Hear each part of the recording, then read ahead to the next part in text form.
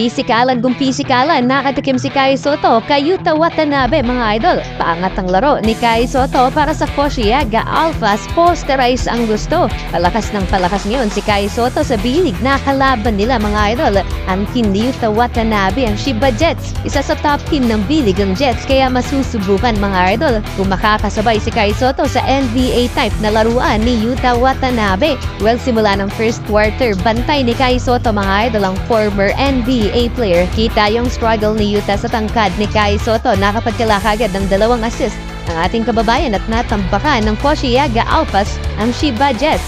Nag-iisang puntos ni Kai Sotto ang playoff na to mga idol kontra kay Yuta Watanabe. Final 4 minutes ng first quarter na pa-takeover ang former Grizzly at dito na habol ng Shiba Jets ang Alphas. 23-21 lamang ng 2 ang kupunan ni Kai sa pagtatapos ng first quarter. Second quarter, gusto mang posterize ni Kai Sotto, nag-take off outside the restricted area. Nakapag-draw ng foul si Kai at nabigyan ng 2 free throws, pasok ang isa.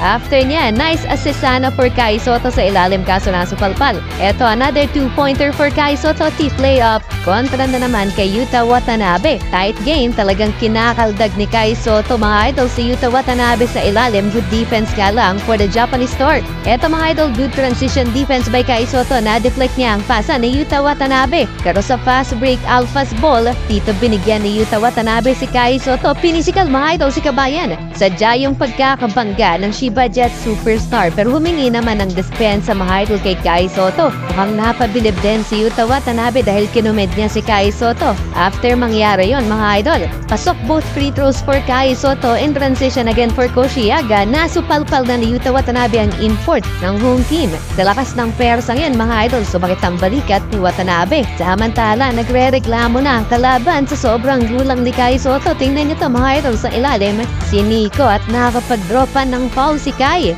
9 points si kabayan sa first half, 49-42 lamang ang Alphas. Uminit pa ang ulo nitong si Jeff Gibbs mga idol, inawat.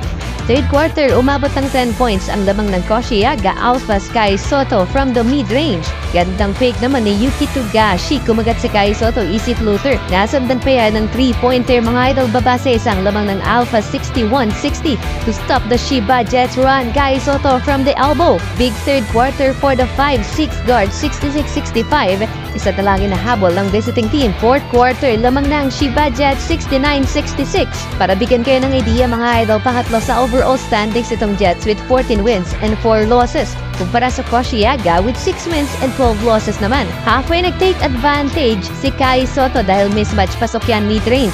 Another 2 points for Kai from the Stripes to take the lead 72-71. Crunch time mga idol, na-posterize si Kai Sotto. Lamang ulit ang Shiba Jets, 75-72. 3 minutes left. Matsuyama, 4-point play, much needed, 78-76.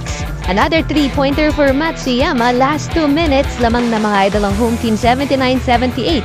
Take over ang Alphas point guard, 82-79. Isang minuto na lang ang natitira sa game clock. For the tie, Kanechika 3-pointer, tabla sa 82 ang talaan. Yuki Togashi for the win. Mga idol, hinayaan ng Koshiaga Alphas na libre ang ilalim. Yun, natalo pa. 17 points for Kai Sotto.